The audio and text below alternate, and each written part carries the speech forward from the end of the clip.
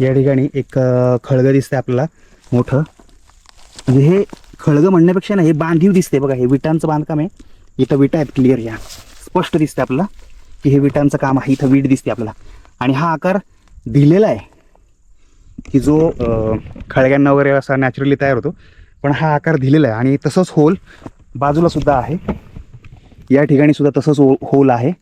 हे पाहू शकतो आपण, दिसतंय क्लिअर. ते झुडपांमध्ये गेलेलं आहे.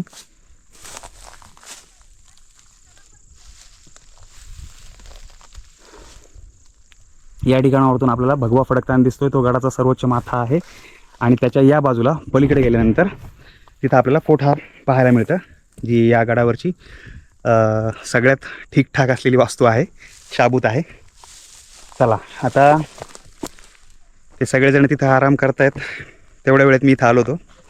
सगळ्यांना घेऊन आता पुढची वाटचाल सुरू करूयात आपण. पण हे मस्त हे पाहायला मिळालं मला की वाड्यांचे असे जे अवशेष आपल्याला पाहायला मिळालेले आहेत.